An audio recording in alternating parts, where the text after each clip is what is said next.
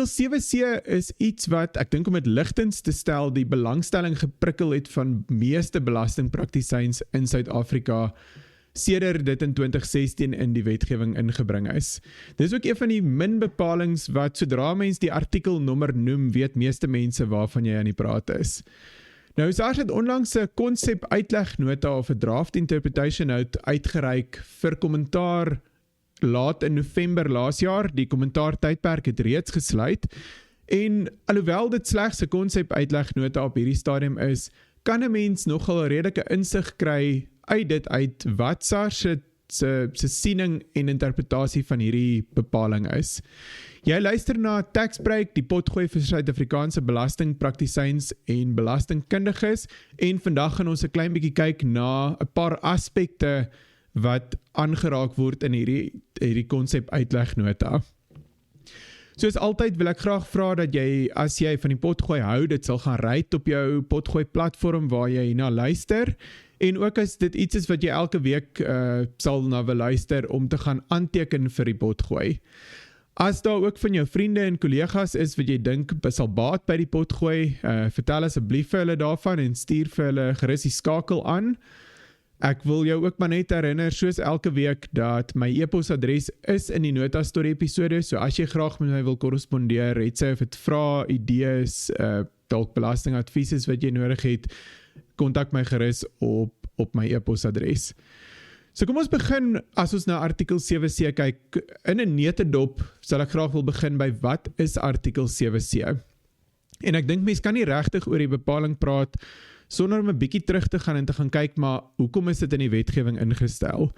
So artikel 7C is iets wat, as mens na die vorige praktyk kyk, as 'n individu belaste of boedelbeplanning gedoen het, is die gedagte, en daai konsep het nie noodwendig verander, dat as 'n bate in die hande van die individu sit, sal 'n deel wees van sy of haar boedel wanneer hulle te sterwe kom en onderworpe wees aan boedelbelasting, teenoor as daai bate byvoorbeeld in 'n ander struktuur soos 'n trust gaan sit, is dit uitgesluit van die individu se boedel. Nou die kuns of die vraag hierso is, hoe kry jy die bate in daai trust? Nou, een manier is uiteraard om die bate te skenk en onmiddellik skenkingsbelasting daarop te betaal, maar dit is iets wat meeste mense om te dink jy gaan daai onmiddellike belasting uitvloei is nie 'n gedagte waarvan baie mense hou nie. So die alternatief is jy verkoop die bate aan die trust, maar jy betaal die kapitaalwinsbelasting op die realisering van jou bate,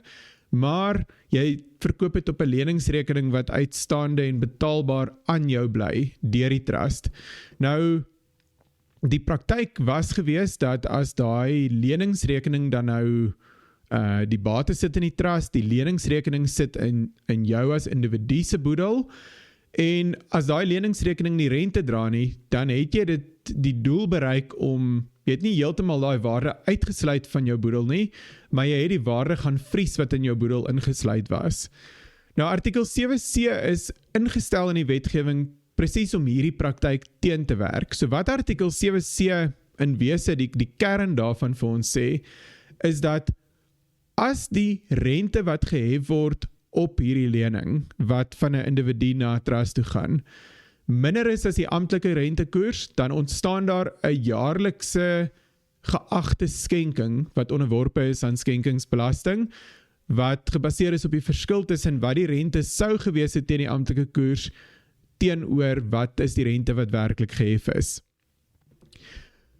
'n paar kritiese aspekte van artikel 7, dit geld nie net op lenings van die individu aan die trust nie, dit geld ook op lenings wat gemaak word aan maatskappye waarvan die aandele deur die trust besit word, en aan die individu se kant geld dit ook op lenings wat gemaak word deur entiteite of maatskappye wat verbonde is aan die individu, waar daai lening op die aandrang van die individu gemaak word. En ons gaan net nou 'n bietjie meer daaroor gesels oor wat beteken dit. Die laaste aspek wat tog nog steeds na my mening deel vorm van die kern van artikel 7C is dat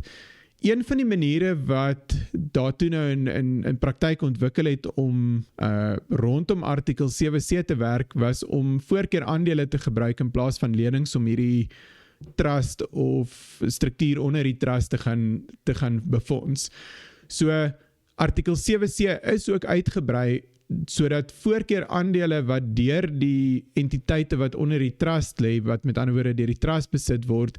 dat daai voorkeur aandele geag word lenings te wees vir artikel 7C doeleindes. Goed, so dis in 'n netedop,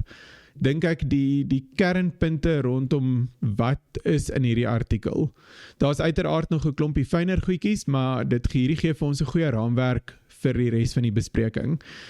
Goed, so ek het so 4 punte gaan identifiseer in die konsep uitlegnota wat ek graag net weer wil uitlig, en ek dink dis wat ek graag met julle wil deel, om dalk te gaan dink oor of om van kennis te neem. Die eerste een is wat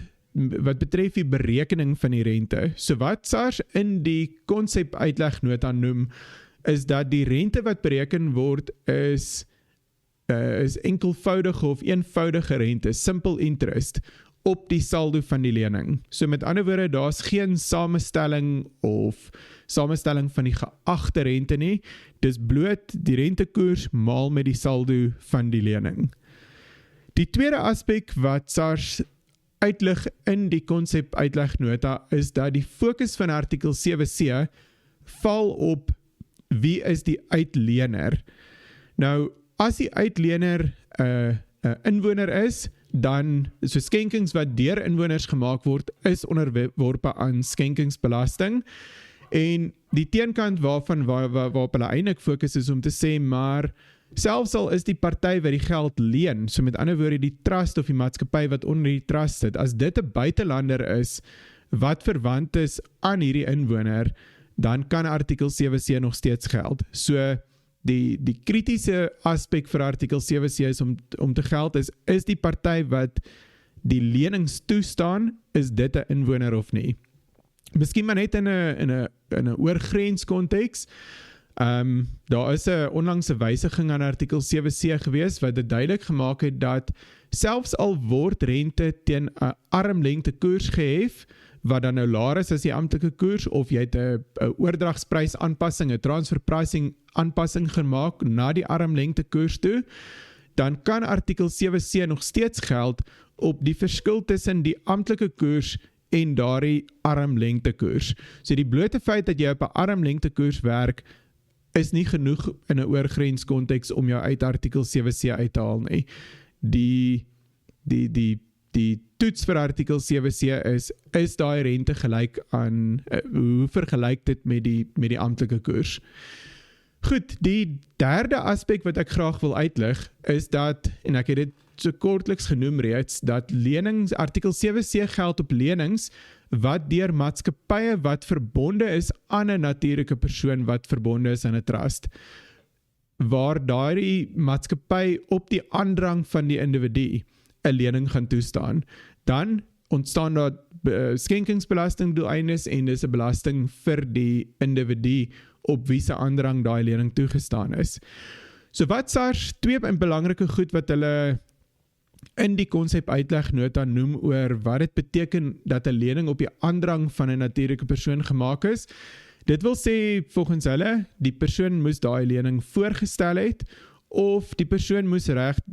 moes die stappe geneem het wat aanleiding gee tot die lening. So in Engels, die persoon moes die lening geïnstigate het. Dan, so en dit is 'n feitevraag om te sê, maar hoe het hierdie lening dan nou tot stand gekom? Wat ook interessant is as 'n mens nou die nou tegniese bewoording van artikel 7C gaan kyk, dan kan daar scenario's wees waar jy 2 parallel trust strukture het en maatskappye onder hierdie strukture leen vir mekaar geld. En ek dink daar is tog 'n interpretasie waarby 'n mens kan kom dat veral as die individu, die direkteur van die maatskappy is, die enkele direkteur is van die maatskappy wat die geld gaan leen, kan jy op 'n punt kom waar daar heel moontlike interpretasie is wat sê maar 7C geld op daai lening. Wat interessant is wat SARS in die konsep interpretasienota noem, is dat die oordrag wat daar gebeur, moet lei tot 'n welvaartoordrag van die persoon na die trust toe. So in die geval waar daar waarde van een trust na 'n ander trust toe geskuif word, dink ek is dit tog debatteerbaar of artikel 7C gaan geld, en SARS het hier vir ons 'n bietjie insig gegee in hoe hulle dit sien. Die laaste aspek waaroor ek graag wil gesels is, dis ook iets wat al eintlik maar sedert die begin van toe artikel 7C ingestel is al opgeduik het, en dis waar trustees die besluite neem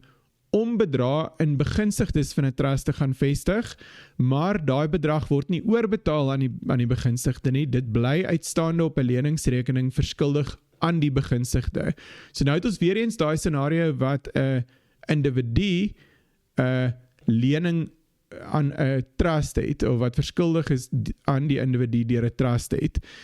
Nou, een van die vereistes vir artikel 7C om te geld is dat die lening moes toegestaan gewees het of verskaf gewees het deur die individu. So SARS se siening is om 'n lening toe te staan, of soos die Engelse wetgewing sê, to provide, beteken daar moes 'n doelbewuste besluit gewees het om hierdie lening toe te staan, eerder as bloot dit is hoe die feite uitgewerk het. So ek dink waarop dit neerkom is, as die mense sal na al die feite en omstandighede moet gaan kyk, en as die begunstigde van tot 'n trust gekies het, voorgestel het, toegestem het dat daar byvoorbeeld so 'n lening tot stand kom, dan dink ek is daar heel waarskynlik 'n doelbewuste besluit wat gesê het, maar die persoon is bereid om hierdie lening toe te staan. As dit bloot is dat die persoon ingelig is deur die trustees, dit is hoe dit sal wees, dan dink ek is daar tog 'n argument dat artikel 7C heel moontlik nie sal geld, gebaseer op wat SARS in hierdie uitlegnota sê. Daar's ten minste gronde om daarna te kyk. So wat is die paar punte wat 'n mens kan wegneem uit hierdie uitlegnota, vir die konsep uitlegnota? Een, daar's 'n aanduiding van hoe om die belasting, die rente en die belasting te bereken. Die fokus van die bepaling lê op die uitlener en die aard van die uitlener. Daar's leiding wat vir ons gegee word oor wat beteken dit om 'n lening toe te staan op aandrang van die natuurlike persoon, en dan is daar sekere nuances wat kan ontstaan wanneer daar bedrag vestig in 'n begunstigde van 'n trust wat uitstaande bly op 'n leningsrekening. Dis dit vir vandag se episode, net om jou soos altyd te herinner, niks in hierdie episode is bedoel om belastingadvies of 'n plaasvervanger vir belastingadvies te wees nie. Tot volgende keer, totsiens.